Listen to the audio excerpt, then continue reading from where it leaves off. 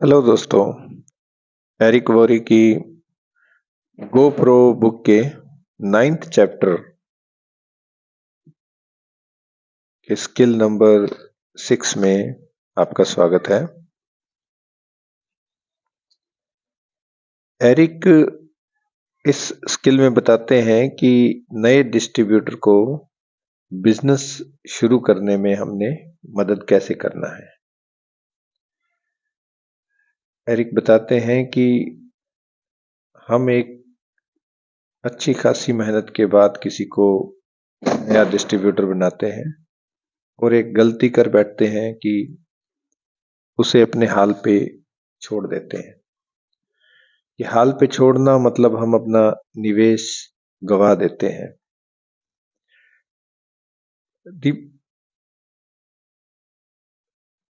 यहाँ एरिक एक चीज बताते हैं कि उनके लाइफ में माइकल मिले उन्हें एक गाइड के तौर पर।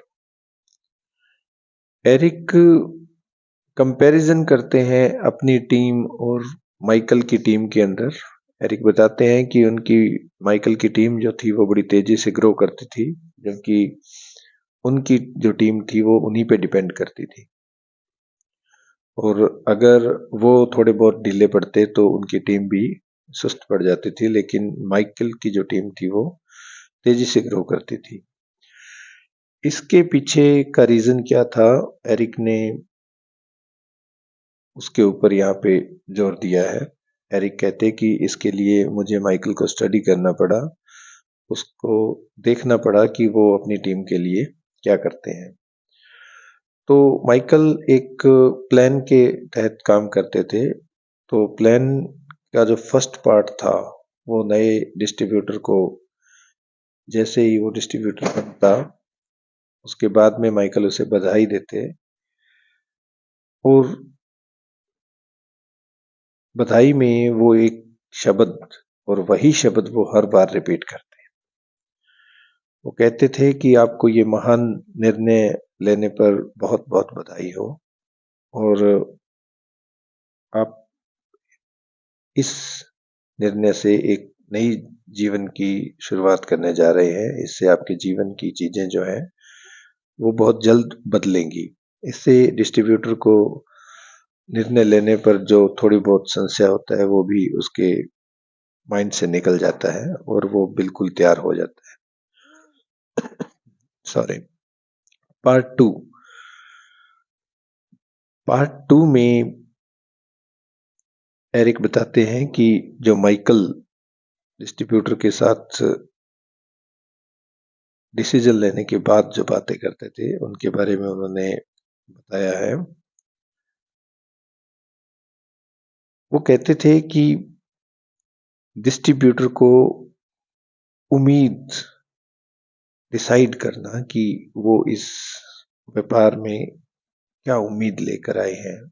वास्तव में जो भी डिस्ट्रीब्यूटर आता है वो अवास्तविक उम्मीदों के साथ आता है। तो माइकल एक नंबर पे उन्हें बताते हैं कि अगर आप सफल हुए तो इसका पूरा क्रेडिट आपको ही जाएगा और आप ही की वजह से आप सफल होगे, और अगर आप असफल होते हो तो इसका क्रेडिट भी आप ही को जाएगा। आपके असफल होने का कारण भी आप खुद ही बनोगे। मैं आपके लिए हर कदम पर एक गाइड की तरह काम करूंगा, लेकिन माफी चाहूंगा कि मैं आपके लिए काम नहीं कर पाऊंगा। तीसरे नंबर पे वो बताते थे कि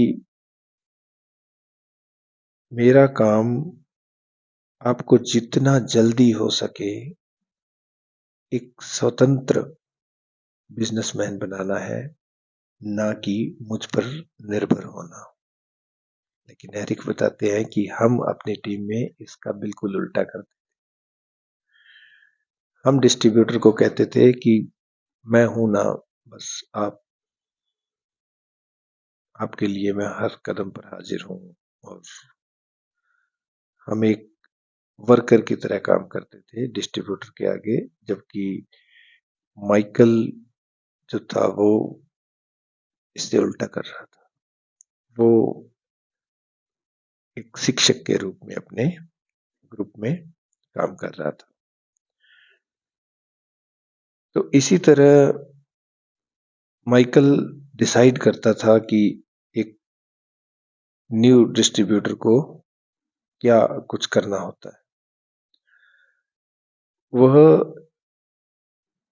नए न्यू कमर को स्किल बढ़ाने में की प्रेरणा देते थे।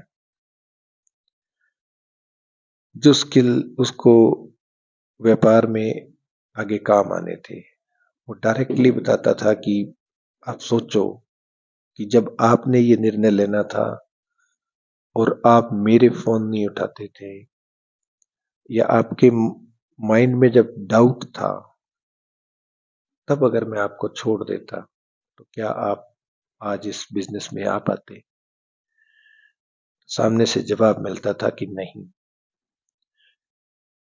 तब माइकल बताते कि संशय आना लाजमी है, सामने वाले को संशय आएगा, यह एक स्वाभाविक प्रक्रिया है और संशय को दूर करना हमारा काम है।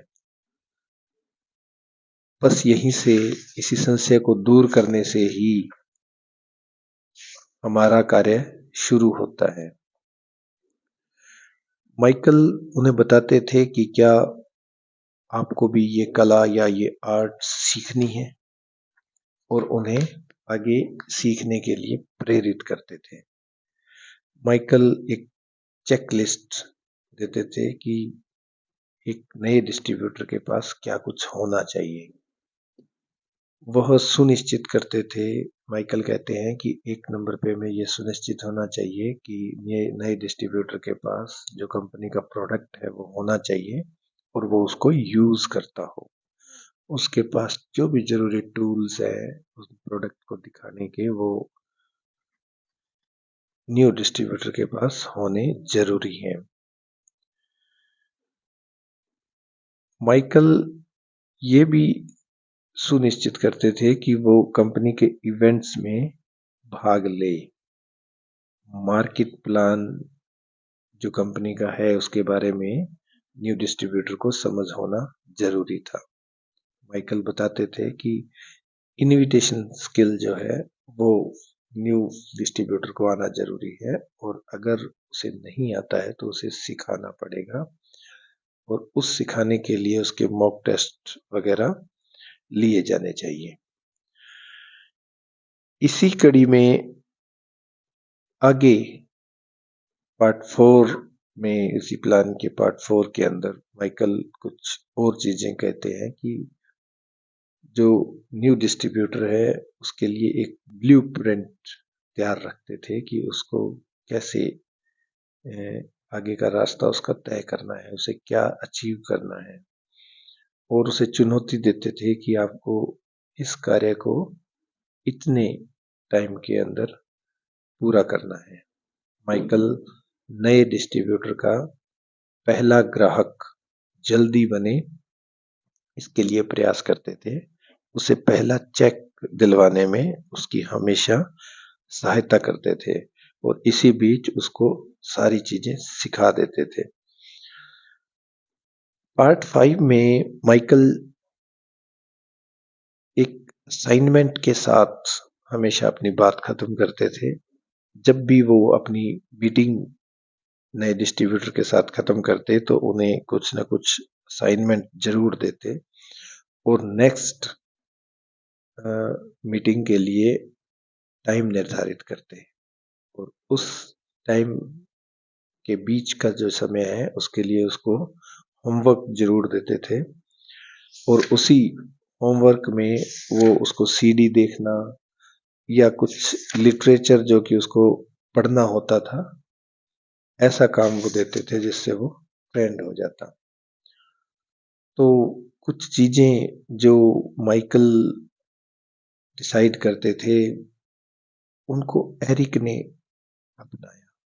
तो एरिक ने जो माइकल को कॉपी किया और उससे जो प्रेरणा ली, उनमें उन्होंने कुछ चीजें बताई हैं जो कि हमें भी नोट करनी चाहिए, कि नए डिस्ट्रीब्यूटर को पहला ग्राहक बनाने में उनकी हेल्प करें, उन्हें इनविटेशन स्किल सिखाएं, उन्हें मार्केट प्लान की जानकारी दें, उन्हें प्रेरित करें कि उनको अपना काम खुद करना है और कैसे उन्हें अपनी टीम को डेवलप करना है इसकी भी जानकारी उन्हें दें।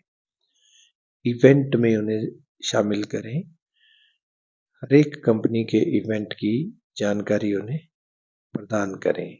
संगठन में उनके कुछ अच्छे दोस्त बनवाएं। नए डिस्ट्रीब्यूटर की जो उपलब्धि है उस पर उसे सम्मानित जरूर करें। हर वक्त नए डिस्ट्रीब्यूटर को प्रोत्साहित करना है कि वो आगे नई चुनौतियों का सामना करे। इसी तरह एक नए डिस्ट्रीब्यूटर को